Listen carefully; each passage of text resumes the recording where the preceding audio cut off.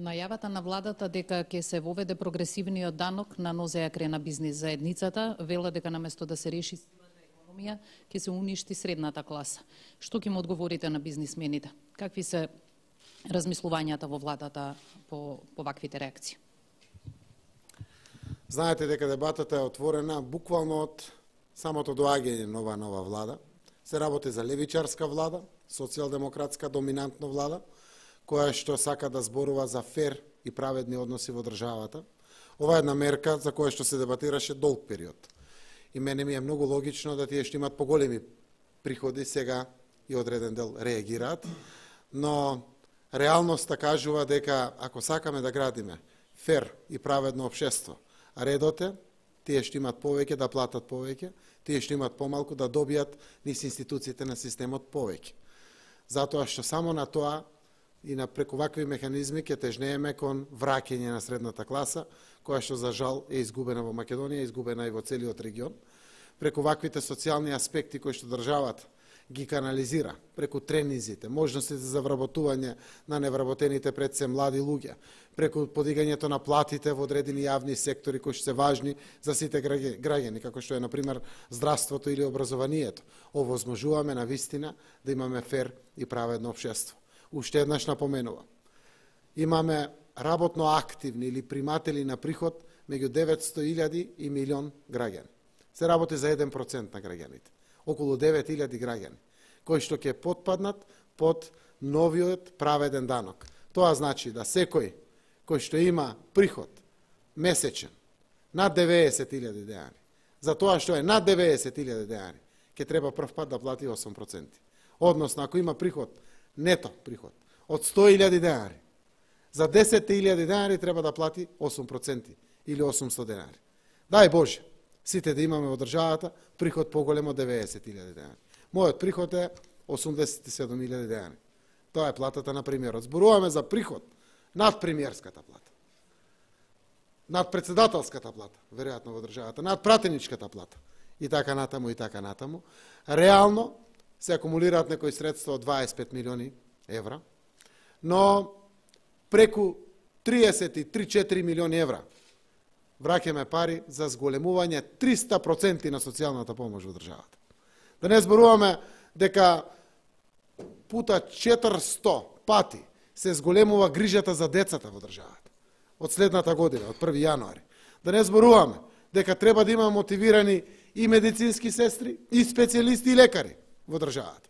Да не зборуваме дека треба да продолжиме да ги спроведуваме реформите, а истовремено да не зборуваме дека прв пат во милионски евра на суми, преку 30, преку 40 милиони евра, враќаме пари назад кон деловната заедница, преку подршка на инвестициите, без разлика дали се домашни или странски.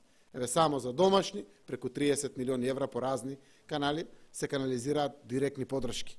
Така да, верувам дека сите, длабоко во душата, знаеме дека ќе биде поквалитетно ова наше општество, ова наша земја, ако навистина бидеме солидарни.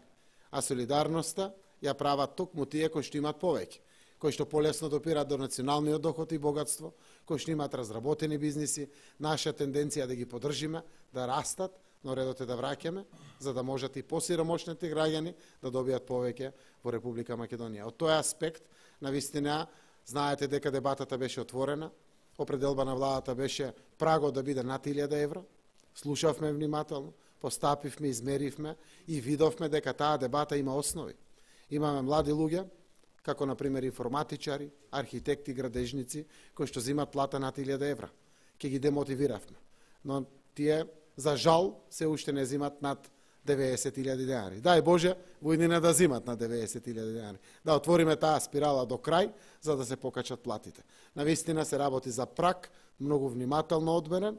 Ние ќе слушаме дебатата и таа е отворена. Знаете дека во тек се постапки, само ја отворивме таа дебата, но како левичар, како социјалдемократ, кој што исто така доаѓа од деловната заедница, ги знам и двата аспекти на медалјата и можам да кажам дека оваа мерка е исклучително добра, фер и праведна, кој што ќе гарантира фер и праведно општество за сите во нашата Македонија. Александра Филиповска, Телевизија 24.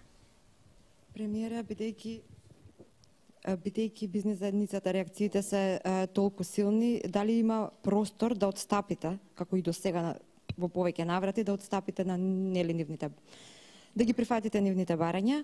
Имаше реакции исто дека бизнес крилото во владата влијаеше да се подигне таа граница од 60 на 90.000 денари. И дали имаше такви влијанија, зошто отстапивте од првичната замисла, зашто обвинувањата се дека не е суштинска реформата, туку се работи само за шминка? Од една страна велиме сериозни реакции има, што значи има суштина внатре. Некој го има погодено и веројатно со право. Заради тоа што над 90.000 денари треба да плати плюс 8%. Секако дека имаше влијание. И застапниците на бизнис коморите овде во владата. Тоа е потпредседател Тенгјушев. Тој е активен чинител во оваа влада, но секако тој тоа го номинираше, ние слушавме. Слушавме коморите. Често сме на состаноци со нив.